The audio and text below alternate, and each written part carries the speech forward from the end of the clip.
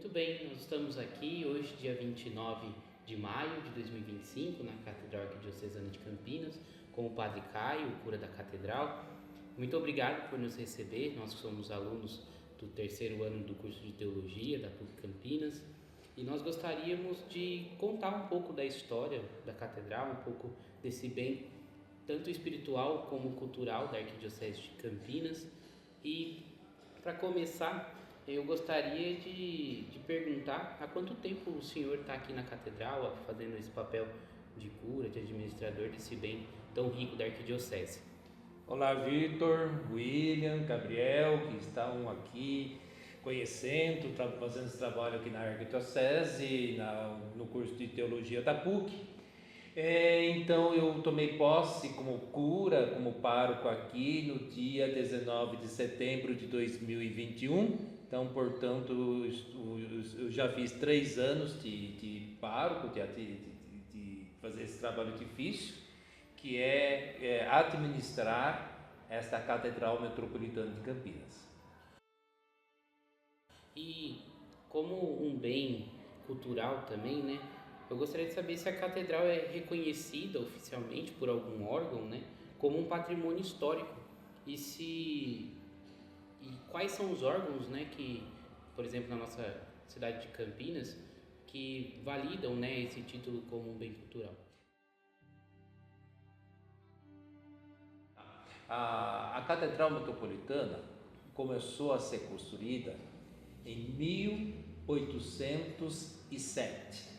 Então, já tem os primeiros registros históricos nesse período da história.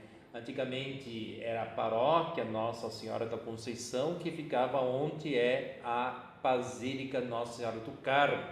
Só que os campineiros acharam que era muito modesta e pequena a matriz e resolveram construir esta igreja mãe, né, a nova matriz, num terreno de servidão. Aqui era uma praça em que os caboclos, né, os romeiros, não o romeiro, mas aqueles que traziam a boiada, que iam para o sertão, paravam para comprar e abastecer, descansar e dar água para os animais.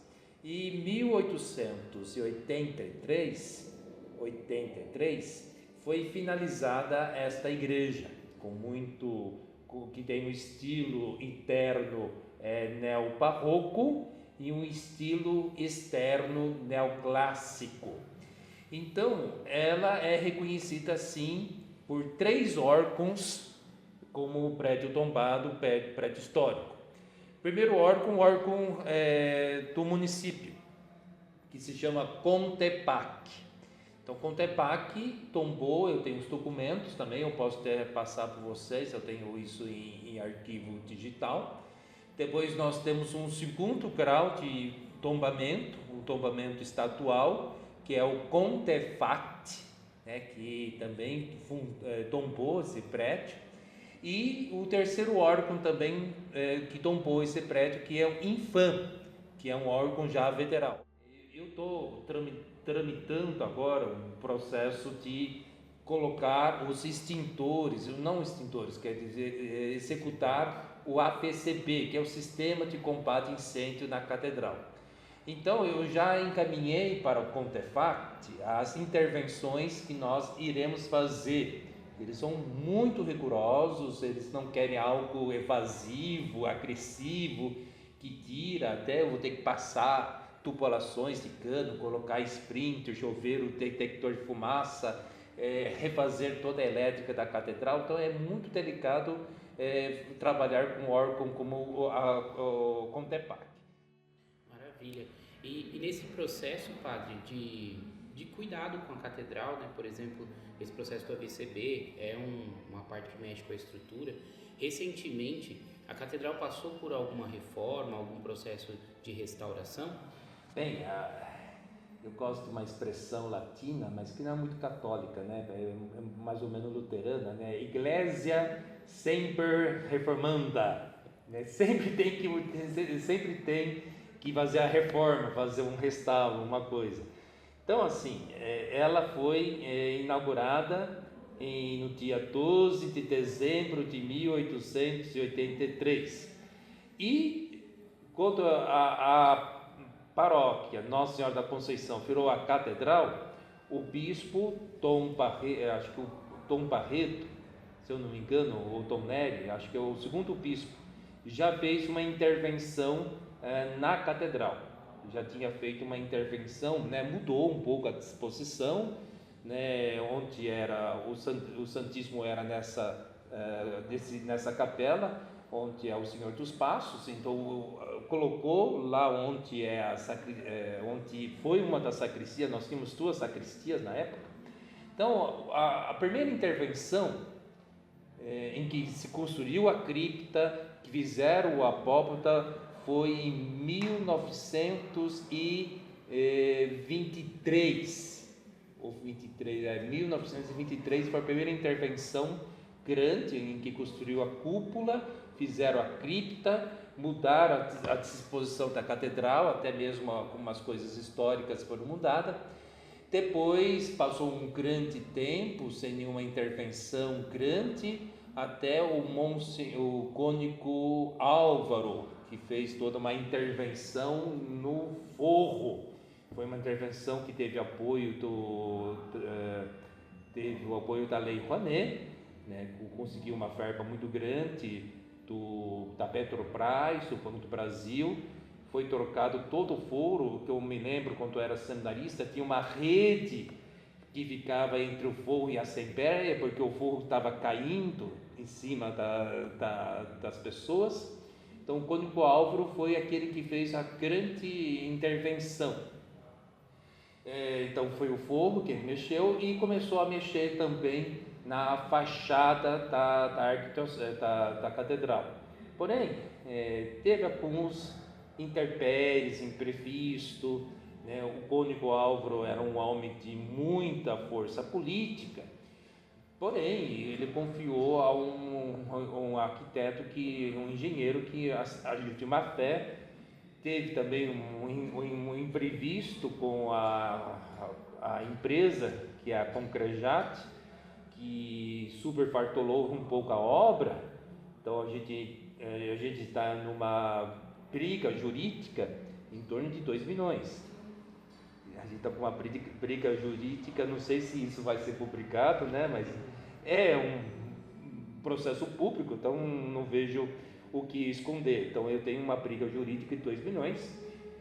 A Concrejat é uma empresa nacionalmente conhecida por fazer várias reformas, até eu acho que foi a Concrejat que fez o restauro do Museu da Língua Portuguesa. E a Concrejat simplesmente ignorou os alvarás, ignorou a Contepac, não tem projeto de restauro na Concrejat. Depois, a última intervenção, depois do cônego Álvaro, posso dizer do Monsenhor Rafael, que ele fez alguns restauros importantes, principalmente o arco do tubo. Foi contratado um organeiro, né, não organista, um organeiro, que é aquele que trabalha com órgão, em confeccionar e fazer a manutenção. Então o órgão do tubo está atuando. E também fez o restauro de algumas imagens, como o Monsenhor Rafael era um padre muito ligado à arte e também à história da igreja. Ele fez um curso muito bom em Roma sobre os patrimônios culturais da igreja. Então ele fez algumas intervenções, o órgão de tubo e o Cristo crucificado. Maravilha. E como que funciona, por exemplo, a gestão da catedral enquanto administração? E para essa administração, da onde vêm os recursos, por exemplo, para poder fazer essas intervenções, e também aqueles recursos que entram cotidianamente nas nossas paróquias? É parecido com as paróquias, mesmo o sistema de dízimo, coleta, ou a nossa catedral ela tem algum outro sistema diferenciado de administração e de arrecadação de recursos? Muito bem. A catedral é um pouco complexo. Ao mesmo tempo tem um pouquinho de paróquia, com dízimo, com quermesse, com eventos, como coleta, mas também tem uma parte que é os aluguéis. Eu tenho bastante apartamentos e casas alugadas e tinha um tempo atrás o recurso do cemitério da saudade, que é uma outra questão que a gente tem que conversar aqui também. Então tem esses 3 pontos. Tem um pouco de cada. Eu tenho um pouco da vida paroquial, o que entra bastante na catedral, a principal fonte de receita. Os cofres devocionais, eu tenho bastante receita pelos cofres devocionais, uma média de 10 a 15 mil reais por semana, somente dos cofres do Santíssimo, Santo Antônio, Nossa Aparecida, Crucificado, são os cofres que sempre entram, então o povo sempre tem essa devoção de fazer. Tem também as coletas da missa, nem tanto, mas tem a coleta. Também eu cheguei, a primeira coisa que eu cheguei em 2021 é organizar o dízimo.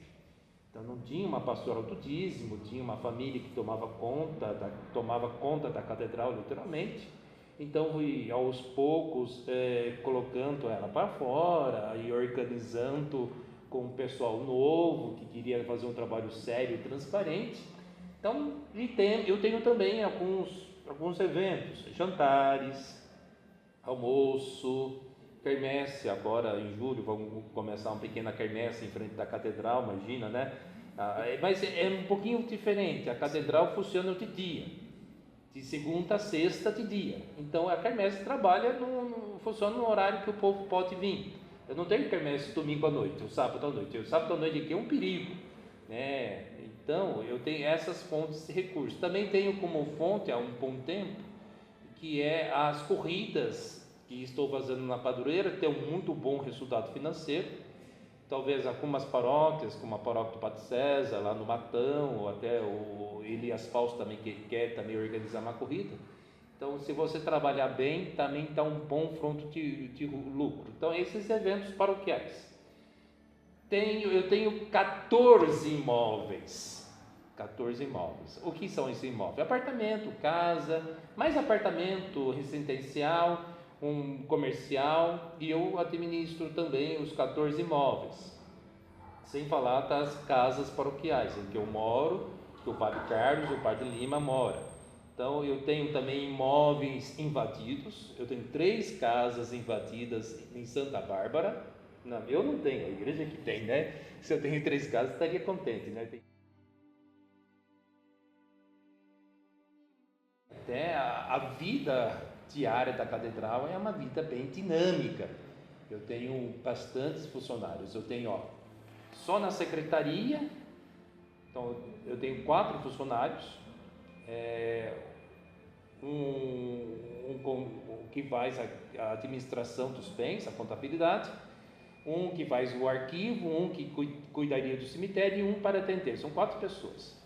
2 pessoas na limpeza dessa igreja, uma limpeza diária, todo dia tem que limpar, é um trabalho difícil.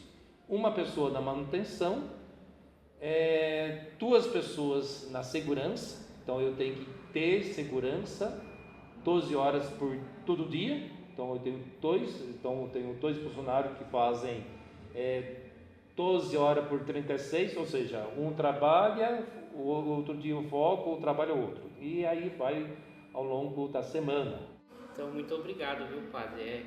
É bonito ver o trabalho do senhor de manter esse bem histórico, não só cultural, mas também de fé da nossa arquidiocese. Parabenizar o senhor por esse belo trabalho que o senhor tem feito e que o senhor possa cada vez mais alcançar esses objetivos, que é cuidar da nossa catedral, da Igreja Mãe de Campinas. Muito obrigado. Obrigado, Vitor. Obrigado, Gabriel, William. Deus abençoe.